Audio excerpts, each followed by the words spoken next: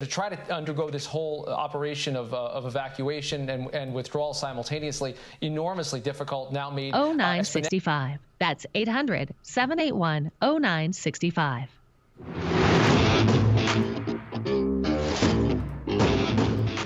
That's right. It's the morning show here on ABC News Radio, KMET 1490 AM. I'm Aaron Michael Sanchez. Glad to have each and every one of you with us. On today's show, we've got the latest in Afghanistan. It is not a good sight so far.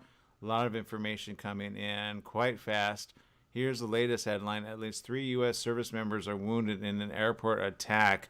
A U.S. official has said at least 3 U.S. military service members have been wounded in the explosion at the Abbey Gate outside Hamid Karzai International Airport. The official didn't know the extent of the injuries. U.S. troops have been stationed near large crowds trying to get inside. The developments come as the U.S. Embassy have sent another security alert to Americans, warning there has been a large explosion at the airport and there are reports of gunfire. They went on to say U.S. citizens should avoid traveling to the airport and avoid airport gates at this time. U.S. citizens who are at the Abbey Gate, East Gate, or North Gate now should leave immediately. The Pentagon has delayed a briefing that was scheduled. ABC News Chief Global Air Affairs Correspondent Martha Radatz said the explosion at the airport, coming days before U.S. forces are set to leave the country, has made for truly a nightmare scenario. Radatz, who's in contact with the Afghans on the ground, said the explosion devastates the evacuation process and described the tone of the country as people trying to get out in the coming days as absolute panic. Now today, they're facing either a stampede, the Taliban, or ISIS bombers. And that really is what it comes down to for all Afghans. Lately, a U.S. official confirmed the explosion. Biden has been briefed. I'm sure he's being briefed as we speak. The explosion outside the international airport follows U.S. Embassy in the warning Americans to leave the airport gates immediately due to a credible security threat. Again, all of this has been confirmed in the latest moments in time. We're still trying to get more information for you. We will report it as it comes in. Right now, we want to say a good morning to Jesse Sanchez. Good morning, Jesse. Good morning. Crazy stuff, huh? We said it was going to kind of take a turn. We just didn't know it would take this type of turn. Oh yeah, I did not know it was gonna go like this. But we got about 5 more days until they told us we can't come back. So I think it's just gonna get a lot worse in the next coming days. Yeah, I say it's the perfect time to go ahead and airstrike them. That's it. You know, you gave us amount of time. You didn't prove true to it, and now we're having this situation. I say nope, not on my watch. Granted, I'm not president, and granted, we're not president, but seriously, you cannot sit by as a president and say, oh, okay, we'll take your bombings and or explosions as a means to get out of Dodge. You do that, you're seen again as ridiculously well, there's going to be a lot of words thrown at him if he doesn't act right now. He's got to act, he's got to show force, and he's got to do what it's going to come down to. You have to make sure people are aware this type of thing just cannot happen.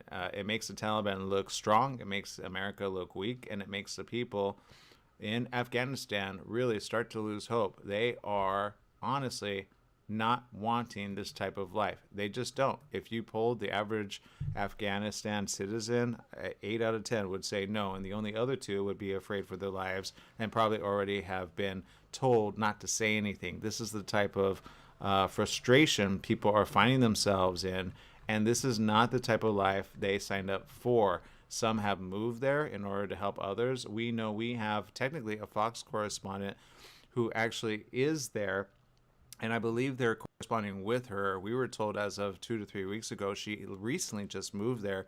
If you remember a story where we talked about a particular book on those in Afghanistan, the children of Afghanistan. She wrote a book, and that book was featured here on the show. But we wonder, again, are people going to be safe in the middle of it? We hope to have her on the show in the coming days so that we could find out what exactly happened as well for her and those that had moved with her. I hope she is safe. We hope she's not hurt in any way. But this has taken another really big turn, and these are the type of things that don't go away really quick. If this is happening right now on a supposed time to be gone, then I can guarantee you it's only an escalation of things. So I would take it seriously as a serious threat and call out the forces, call the world forces and say, you know what, we cannot let this happen. Too bad, so sad. I don't care what President Trump said. I do not care whether he made a peace agreement with the Taliban who helped bomb 9/11 or use their certain people to use the flights in flight to terrorize New York City. These are the same three that actually had it. Osama bin Laden, Taliban, worked in union with them, and ISIS. These are all the terrorist organizations we were told to steer clear from, and or armed forces were told to take out. And here we are 20 years later. Does it make sense? No. Is anybody calling it out? Actually, yes, we're not alone calling this out. Okay, so do the right thing. Do it by the people of Afghanistan. And if you have to get public support, just remind people this is what happened before 9/11. We were already at war. They decided to take a huge, one of our own planes and throw it into the World Trade Center, right? Yes or yes? Twin Towers? Yes. So look, this isn't the first time they've done heinous things. It's not the last time they'll ever do really ridiculous things. It's just the beginning of more to come. This is the type of thing that you have to say, okay, I am not going to allow it as president. I'm not going to look weak. I'm not going to look like a less powerful nation. We have the ability to move in, strike, and strike deadly. Period. End of story. If you don't believe it, just look at past history of certain nations that have gone really crazy with us, okay? Many remember Nazi, right? Nazi Hitler. Nazi Hitler was just as insane. Seriously. I mean, if he would have said, withdraw, and we said, okay, which actually we did 3 times. But people don't know in what cities or ports that we did it. We withdrew because we wanted to get support elsewhere. We needed support because we were dying in numbers. But we got the support that we needed, and turned around and won the war against the Nazis. Fact or fact? Fact. So there you go. A lot of people have questions. Did it happen? Did it not happen? Well, there you go. Look up history. You'll find out. All right. Lots of people tuning in on social media. We appreciate you. Let's see. Shadow says Biden has it all under control. Let's not be hasty. I say no, he doesn't. Biden needs to clear that city. That's what you said. Okay, well, he needs to do it by what means? For the Afghanistans or for the Taliban? If you're on the side of the Taliban, I can tell you their history does not dictate goodness. And if you have access to them, I say put them in contact with me. All I need is a little knife, though, to protect my family. Yeah, oh yeah, that's right. That's the only way you can protect your family. So there you go. If you have to live like that and you want to be in Afghanistan, you think that's the right thing to do, it's not. It's not. We were already there, and our own people are there as well that we're trying to fight the fight. So if you're going to be nationalistic and opportunistic and you want to be that way for the American people, then you got to do what? Protect the American people that are still there, among the rest. Many have fallen in love with other mates. Many have helped other people in Afghanistan. These are, in essence, our brothers, our sisters in other worlds. Now, as for the Taliban and ISIS, I'm sorry. There is no good words I will ever have for those organizations. Period. End of story. Because they're organized. Oh, they're organized for all bad. All right, let's see. Katya Wonderland says, I was in Serbia for 3 weeks to look for a home care for my mother with dementia. The internet was weak there. I have missed you. Oh, we have missed you too, Katya. Thank you for tuning in from Switzerland. Stephanie Reese says, like my grandmother always told me, there is no let up. Exactly. Thank you. So there you go. All right, people, we appreciate you. We're going to take a quick little break here on the show. We hope to spread some more good information versus bad. A little bit later on, actually, we're going to be having some really good information with opioid addiction and pain relief. We're going to be talking to a doctor, Dr. Alan Rector, who's an orthopedic surgeon, to discuss the newest method of managing post-operative pain. He'll explain why the latest development is such an important step in helping patients who are undergoing a variety of procedures. We'll be talking about that coming up around the corner with more right after these messages. Stay tuned.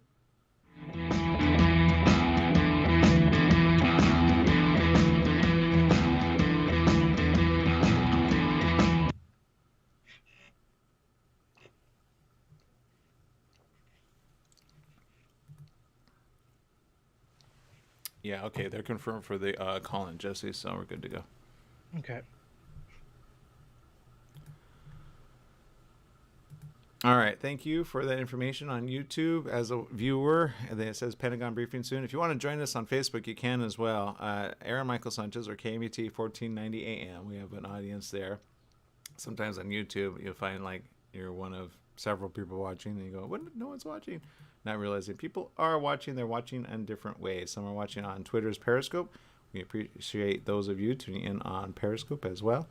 And yeah, lots of information on this as well when it comes to the latest on the briefing. I know many people are going to be watching this quite closely. They'll probably say very little on it, but it's an ever-evolving update.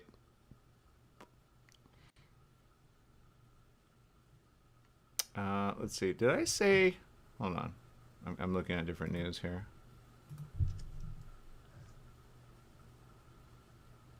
Okay, there's a second explosion confirmed.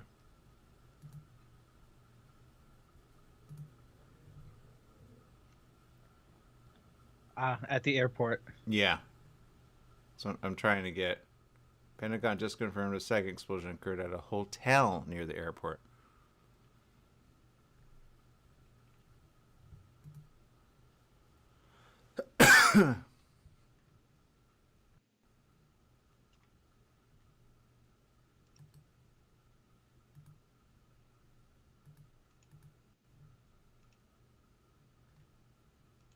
Yeah, President Biden's in the Situation Room. Okay, that's called a potential war outbreak.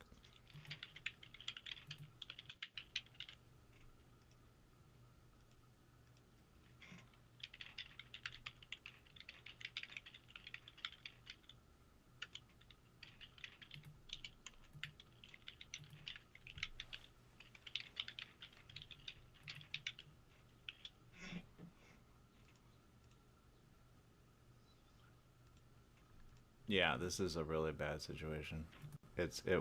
Well, we've said it. There are hateful people, period, end of story. The Afghanistans, not so much. Those that are wanting to rule or dictate how they live their life are. That just goes without saying.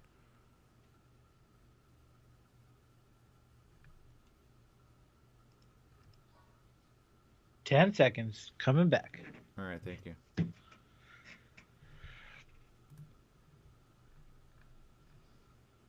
Manning.com.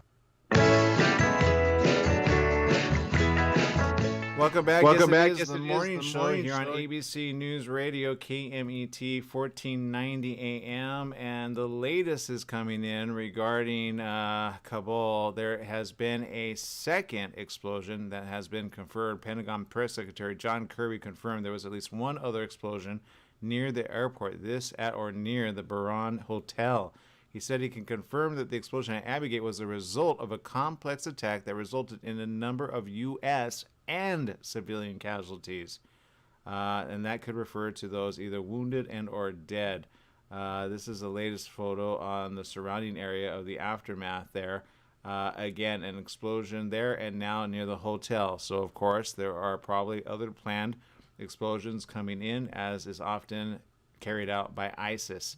ISIS is usually the one to plan these type of attacks, and they usually operate in 3 to 4 ways. One, they operate in a very pinpointed attack with the first one, causing confusion. Then they'll operate with a second attack, usually on the side. That is to cause more mass confusion. And then they'll do their most deadliest attack on the third attack. Very rarely do they hit a fourth attack, but if they go a fourth and fifth one, then they're going for blood. So you got to be careful as a president and or administration. You have to be ahead of it, and you have to say, okay, this is how they attack. They've done it again and again. Homeland Security is aware that they've done it before like this, and you have to be aware of it. Usually they do a 3 to 4 mile radius of these type of explosions to cause panic. What are they hoping to do? To stop the U.S. from getting everyone out. That's their hope. They do not care about the people of Afghanistan. They simply want to flex their muscle right now. They want to show the world that they have the power and that the U.S. and Britain and other countries are weak right now. If you're going to do anything, you fight back and you do the obvious. You take them out. Period. End of story. President Biden is currently in the Situation Room. A White House official has said he was briefed on the situation in Afghanistan. Defense Secretary Lloyd Austin and Secretary of State Antony Blinken are with him. Biden was in the Situation Room with his national security team for his daily Afghanistan briefing when the information of an explosion came in. He and his top aides have remained there as they continue to receive information from the ground and as events continue to develop. Moments ago, Pentagon Press Secretary John Kirby confirmed that there was at least one other explosion near the hotel, the Baran Hotel near the airport. He said he can confirm that the explosion at Abbey Gate was a result of complex attack that resulted in a number of U.S. and civilian casualties.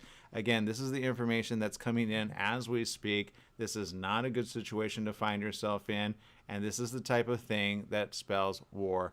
It is not the kind that you start to continue to pull people out. It's the kind that you ask for airstrike and or backup immediately. We are there. We had agreed, and on our own typical rules of engagement, if someone else strikes us when we are there, we strike back. Period. End of story. All of the forms of government know this. This is an attack on the U.S. Period. End of story. Because they know we're there. It's not like, oh, we thought it was the other ones that were there. No, doesn't happen that way. French president says coming hours will remain extremely dangerous in Kabul. French President Emmanuel Macron said just moments ago the coming hours will remain extremely dangerous in Kabul and at the airport following 2 explosions. Speaking at a joint news conference with Irish Prime Minister, Macron said the situation around Kabul airport had seriously deteriorated. Macron said for security reasons, the French ambassador will not be staying in Afghanistan. He will be leaving and will then be based in Paris. Again, this is a world event. As these things happen, we have to stay alert and aware of what's happening as it happens. These are the type of things that people get drafted for. These are the type of things that people all of a sudden say, are we in the middle of the beginning of a war? The answer is, we'll see. We have to be careful as we proceed. We have to know, again, coronavirus is real. We have to know that there are wars.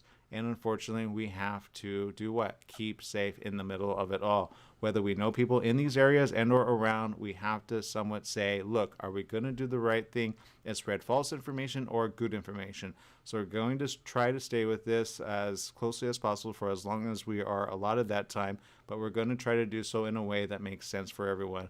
As these things develop, remember there is good information, there's bad information, and there's just in the moment information. So as these things come in, they will come in quite fast. We will try to make sense of some of them, but we will try to make sense in due time. Coming up soon is an interview that we've already scheduled, so we're not wanting to take away from the planned interview, but we do want to share this interview quite soon. So we're going to take a little bit of a break. We're going to go to our interview on a pre-programmed planned interview. We're not trying to take away from the moments that's happening in Afghanistan, but if there's some breaking information, we'll release it as soon as possible in the middle of the interview. Just letting you know, Jesse. So just let the caller be aware of that, okay? Again, I'm Aaron Michael Sanchez. This is The Morning Show. We'll be right back right after these messages. Stay tuned.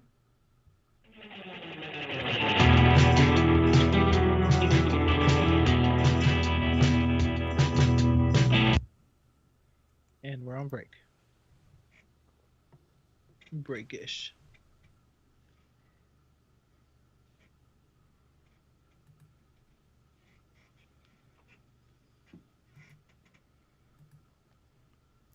All right, and for those of you tuning in, we appreciate you. Thank you. Let's see. We have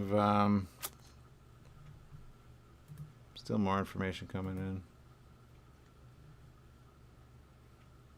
Oh, is that picture from today? Well, you have to remember, today is different. Okay, I'll give you an example. Somebody's saying... Well, I know, it's like 16 hours ahead of us, I think. Yeah. Current local time in Kabul is 7:56 p.m. So technically, that would be like evening time or afternoon time that first explosion happened, which for us is early mornings, right? Yep. But yeah, that photo was from, I believe, earlier today from the airport. So again, everybody gets up on East Coast time earlier, right? So we're kind of late on the West Coast.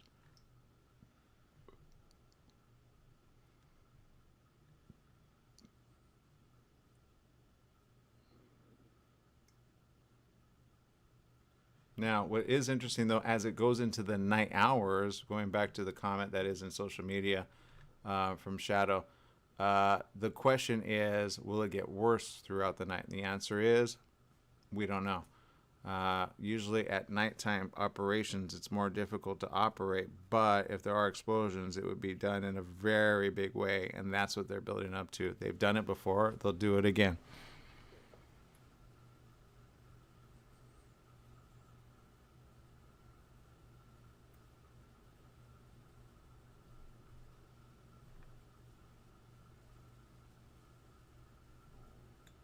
Stephanie Marie says, my sister and her husband went to a COVID infusion place with FEMA, and same sister who's against the vaccine wearing masks. Apparently, this COVID infusion center down in Florida, they give you 3 shot needles and the same amount dose as the Johnson & Johnson vaccine is now getting a booster with 96% effective. That's good. My mom got that one too. I want her to get the second one as well. Is our caller ready to go? Did you let them know there's a possibility? Oh, can you put an extra minute on there? Jesse, can you hear me? I can hear you. Okay. And I already did. All right, cool. I got to get his picture up. I forgot. Let me get that up.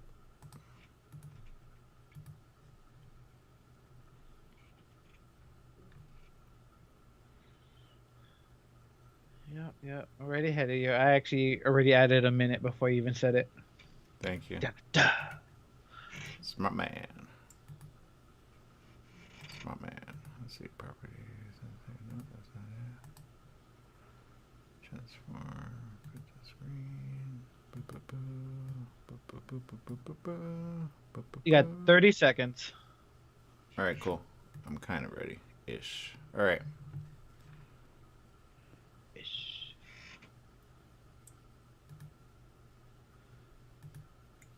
Baby shark do do do do do do do. What is that? 10 seconds. Nothing.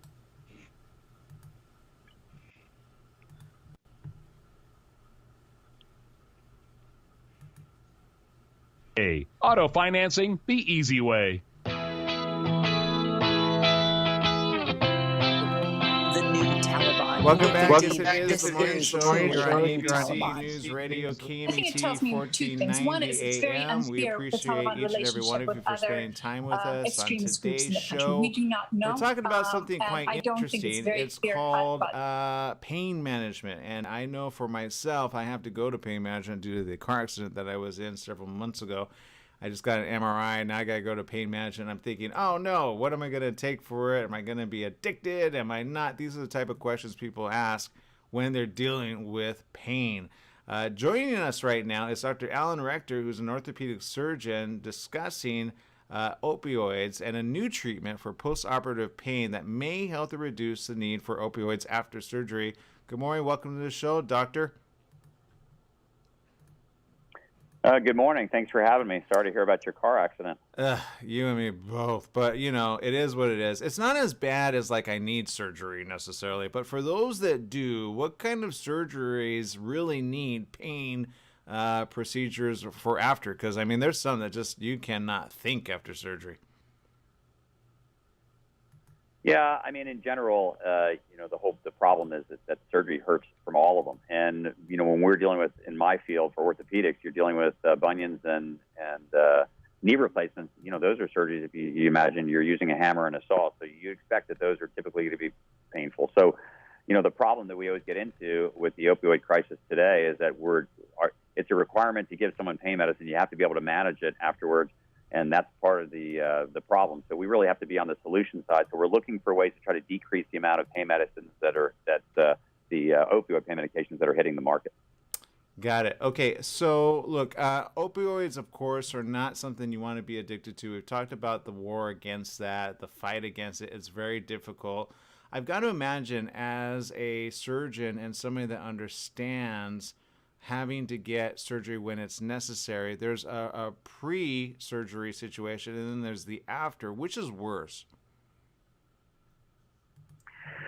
You know, it's different for everybody. So there are some patients that have terrible pain on the front end, and that's the whole reason and the indication for surgery. And then, you know, our job is supposedly to go in there and fix that problem. But at least in the short run, you know, one of the issues that we see is that patients have quite a bit of pain, even more so than the original problem after surgery. But we've kind of learned why that is. And what we were learning was that there's an inflammatory response that occurs after any surgery at all. I mean, people expect to get that chip lung swelling when you get your tooth pulled at the dentist, but they don't realize that inflammatory response, which went on for 2 to 3 days, goes on all over the body. And we've always had good local anesthetics where we could address it for the first 24 hours. We just didn't have anything that would bridge the gap for the 72 hours until now. Let's talk about this, which is more newer than not. A lot of people appreciate not. What is it that people should be asking for from their physician? So a product was developed by Heron Therapeutics, and I'm in partnership with Heron Therapeutics. They developed a medication called Zen Relief. It's not an opioid injection, and it's not a pill. It's a product that is a local anesthetic that's mixed with a anti-inflammatory, and it's in a proprietary polymer. And it's something that the surgeon instilled in the surgical site at the time of surgery. The FDA earlier this year, in fact, I think it was just April, they granted them the ability to use them in knee replacement surgery, bunion surgery, and hernia surgery. And at that time, you put it in at the time of surgery, nothing changes as far as the procedure itself. But when those patients would normally experience that 72-hour inflammatory window that I was mentioning, because of the anti-inflammatory and the local anesthetic combination that's in that polymer, those patients weren't. So in general, when people are having knee replacements and they experience the pain, 60 to 90 pain pills after knee replacement is probably standard. In the trial, we were seeing these patients that were taking less than 10, and we had some patients after knee replacements that took none, and that's pretty much unheard of. But of course, you know, when you're talking about all these great things, you've got to always at least discuss a little bit, you know, there's good and bad to everything in life. And particularly with these type of medications, there's always some potential interactions like allergies and things to the pain medicines, and potential cardiovascular issues and GI issues with the anti-inflammatories. But by and large, these are medicines that were put together that have been on the market for 20 years with an incredibly good safety profile. Well, you know, I can tell you right now, I appreciate this for people like my mom, who has had, you know, operative surgery on her shoulder, and that was no fun. The first time it kind of didn't heal right, caused problems. She still has problems since then. She's had problems with her back. She has problems with pain all the time. Is there any recommended amount of this to just start off with, or tailor off, or what is, you know, because everything has like a certain amount of time that you want to stay with something like this? So really, this indication is really designed for the surgeon. So it's designed so if someone is about to undergo a procedure where it was a bunion surgery or a hernia surgery or totally, this would be something that they want to sit down and talk to their doctor about. It's not one of those medicines that they're going to go to the pharmacy and get something filled with it. They want to sit down and say, hey, listen, you know, I've heard that there's a product available, and it potentially can mean that I take almost no pain pills. And clearly, with all the side effects of narcotics out there, you know, the dizziness and then the nausea and the constipation, there's a multitude of things. Anything that you can do to decrease those side effects is helpful. And this medication, the Zen Relief, has been able to do that. Got it. Okay, very interesting. You know what? Again, Doc, I will say, if I needed somebody to talk to me, I would definitely want you at my side. Where do you base your office out of? Houston, Texas. Okay, well, I think I'm coming to Houston, Texas if I need anything by way of surgery. Look, recent data shows 67% of patients filled an opioid prescription between 30 days before through 14 days after surgery.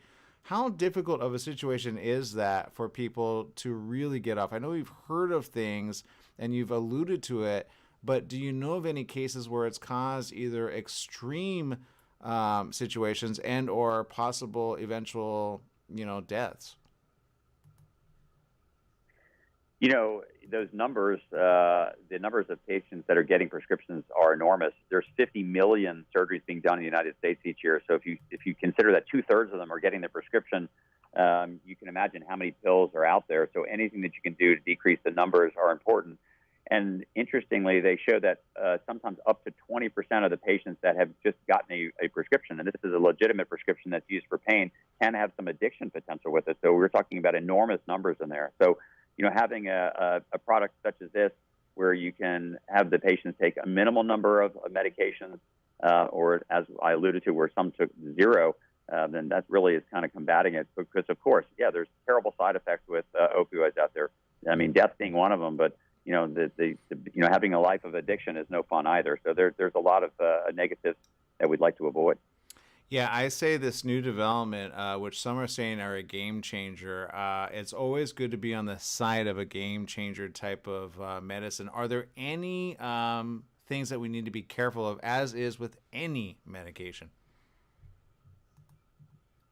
Well, as I mentioned a bit earlier, there's always potential side effects. So when you're dealing with local anesthetics, there are some patients that have allergic reactions and things like that.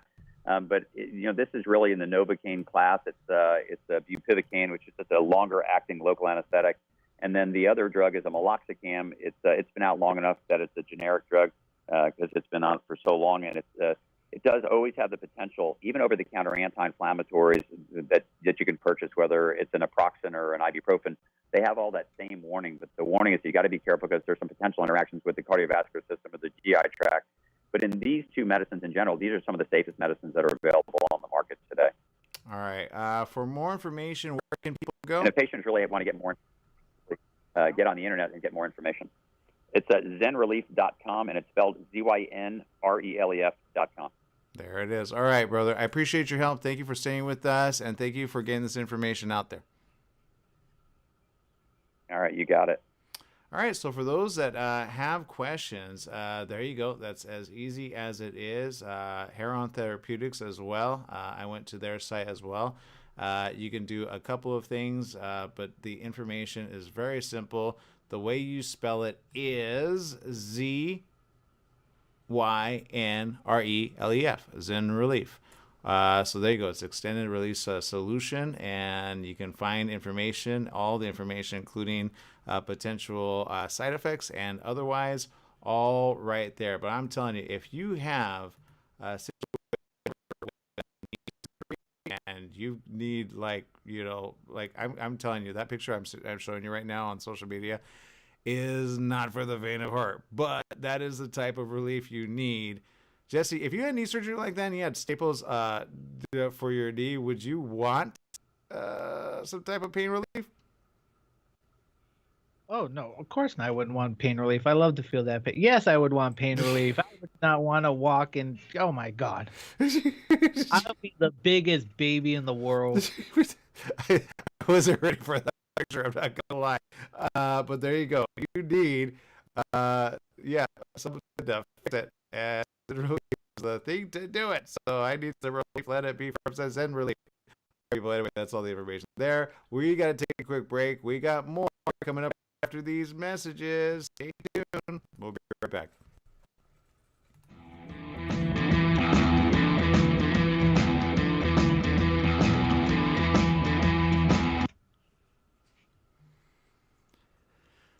All right.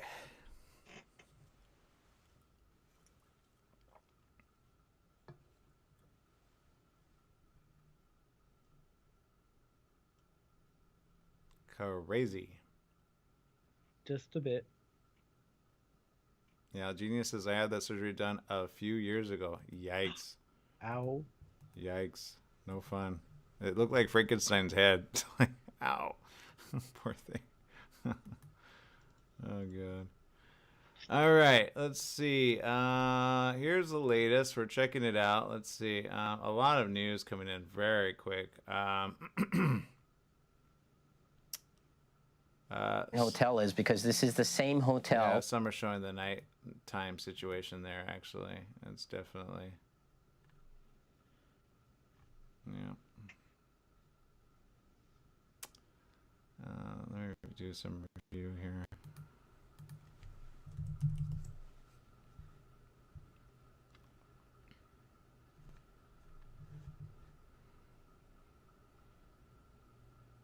will say this: this has not been a boring year.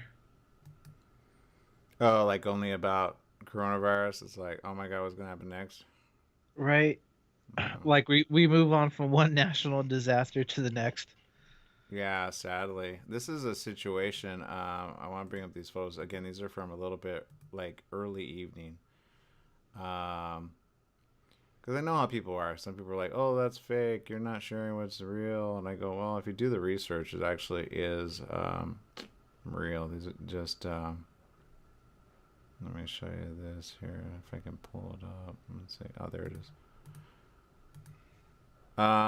Which we've been on this side of things as well with certain explosions. One actually being wheeled in a barrel. Just away from the explosion center, probably trying to be transferred to a better area. When bombings happen, there's a lot of people hurt. You may not know of the exact numbers just yet, but that's the type of situation you do not want to find yourself in.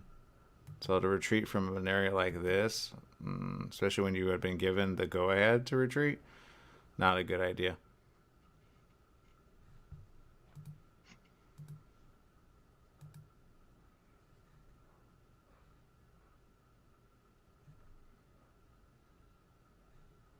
Yeah, officials are saying it could be an apparent suicide attack too. Of course it is. 10 seconds. I'm coming back.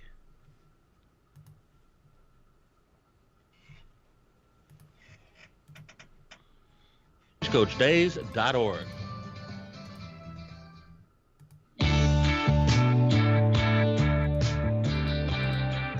Welcome back. Welcome Yes, back. it Yes, is it the morning is the show morning here on show ABC, here on ABC. News Radio KMET 1490 AM. We're certainly checking out exactly what's happening around the world with a lot of information we do not want to have to share, especially at this time in the morning. It is not a very good look for those retreating from the U.S., but this is the situation as of, for them, it's now close to 8 o'clock at night.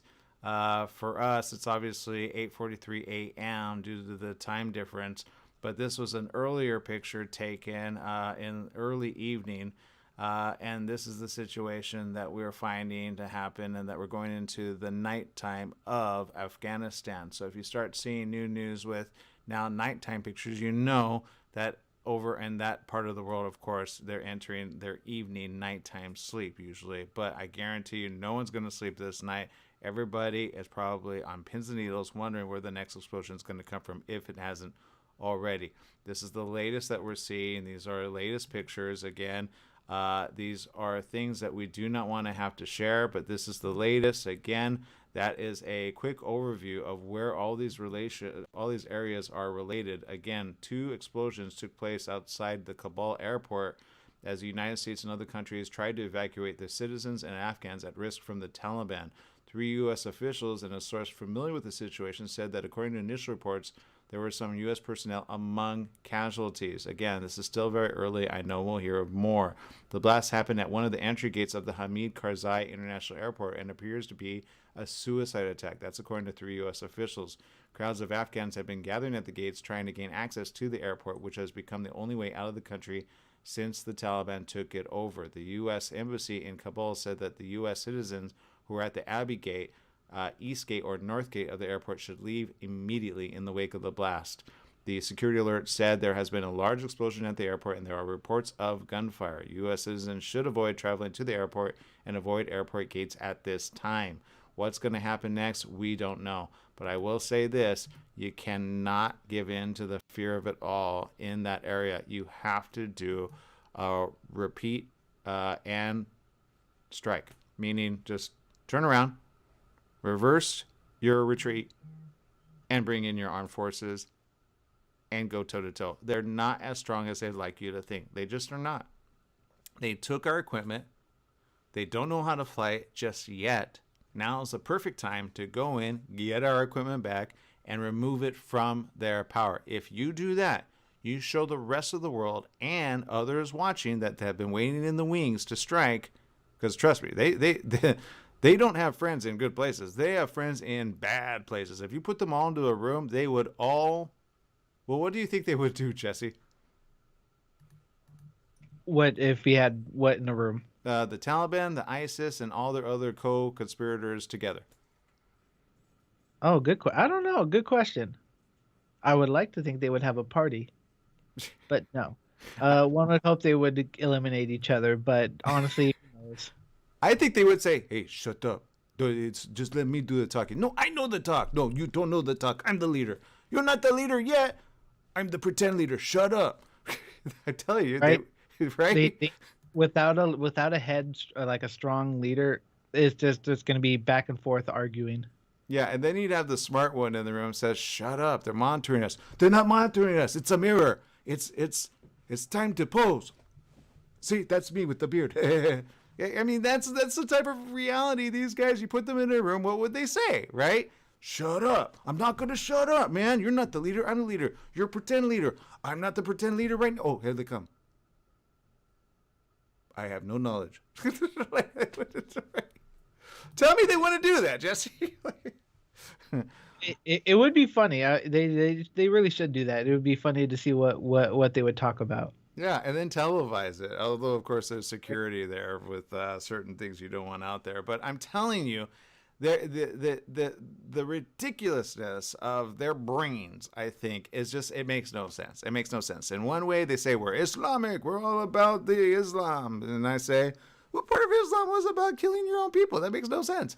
What war are you fighting in your head? What war, right? Is it for power? Is it greed of money? Is it, I don't know, all the things that the Quran actually says don't have?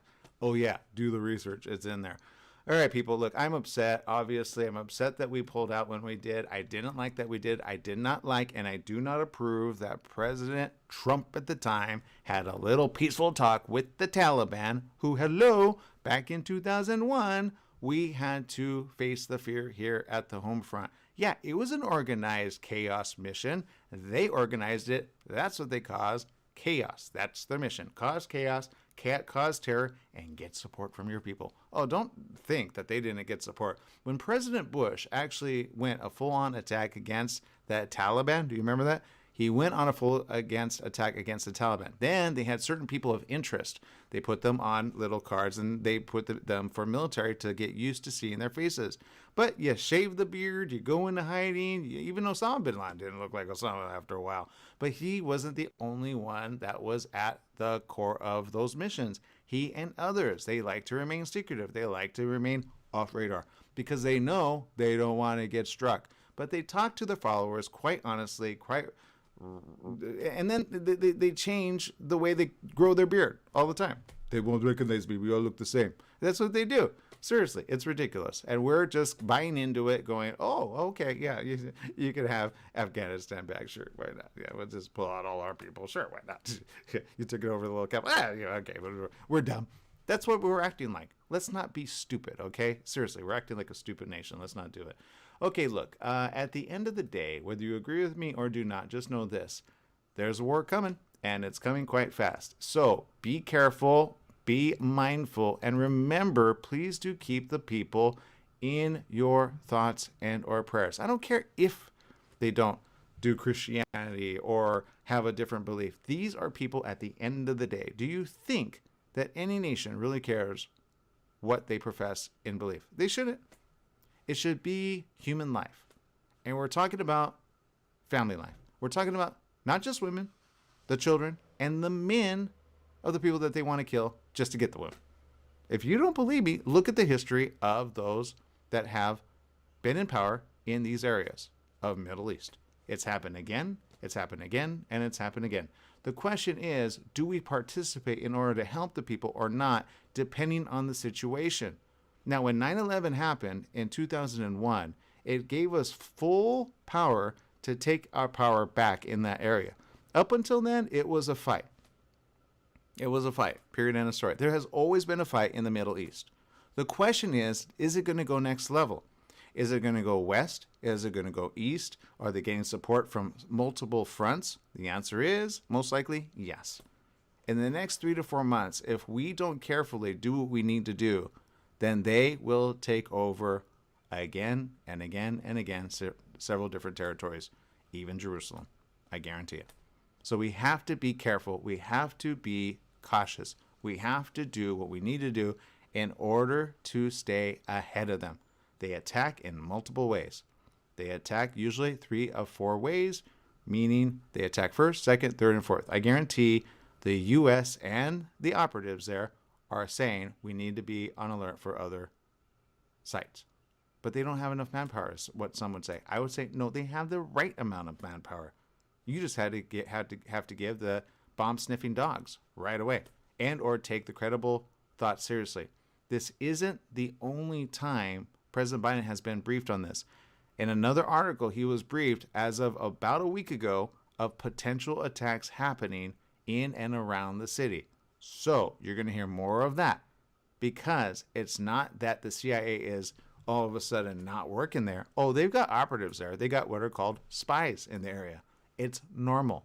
It's normal to keep spies in any given area, to be able to keep people safe when you're at war. CIA has operatives there. We have people there working for the U.S. government. Why? To keep Afghanistan safe, to get intel, to get ahead of who? The Taliban, ISIS, and others. You have to not retreat and pull away. This is why the veterans of the United States of America are so upset. They're saying, we fought this war, we have family there, we have loved ones that we left behind. What are we doing, President Biden? Let's do something about it. We have our military copters there, we have our military gear there, and we're just handing it over to ISIS?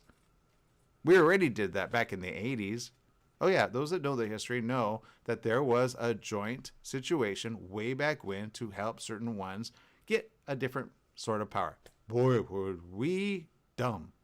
Were we stupid? Let's not be stupid again. We cannot have a war like this right here, right now, during coronavirus. We can't. But if you want to take them out, you could take them out in a total of 3 days. You strike them in the Capitol.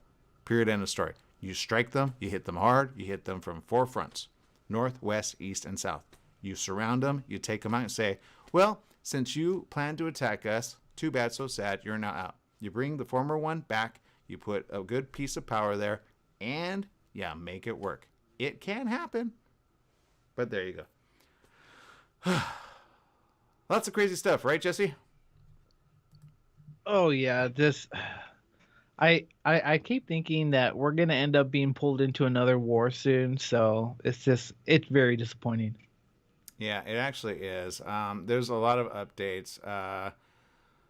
2 minutes ago, here's the latest. Let's see. They're still looking at the explosions, how they happen.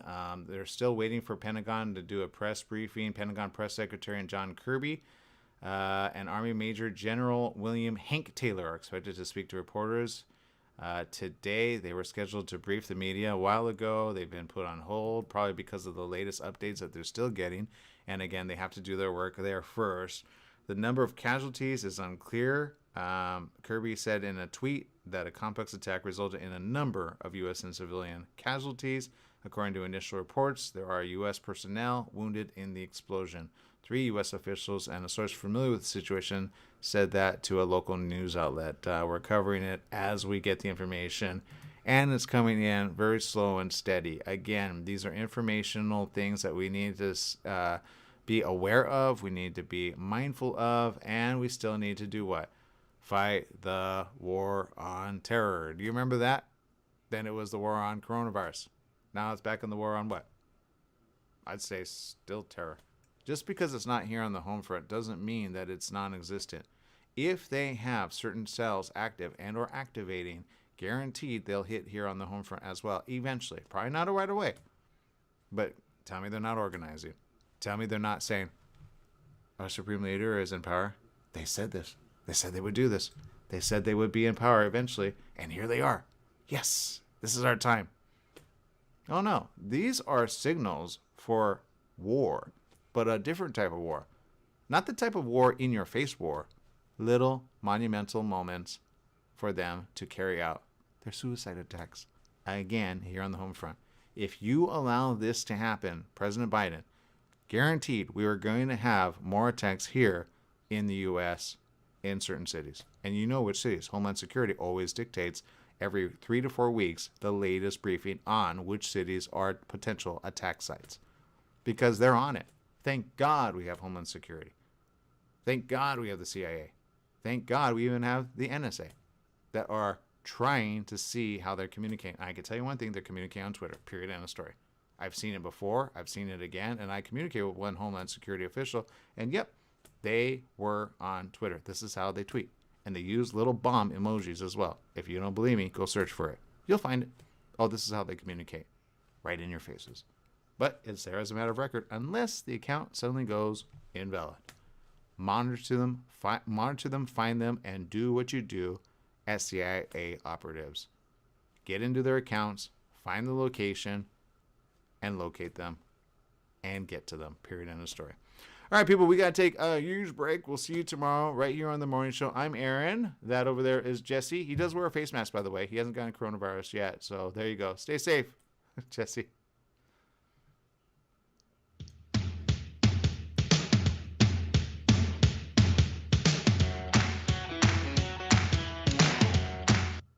And for the rest of you, I appreciate you. Thank you for staying with us. Look, there's a lot of information coming in as we speak. We're watching it. If you want to follow the rest, ABC News Radio, KMET is where it's at every hour on the hour. You'll hear the latest from CNN national news. And there you go. We have to be careful. We have to be mindful. We have to know we're in a world where things happen quite quick, quite fast. And thank God we have social media and information going back and forth so that we can track it all. So there you go. I'm Aaron Michael Sanchez. Make it a good day. Remember, life is worth living. Just pray for more peace. Okay? I'm sure we'll get it sooner than later.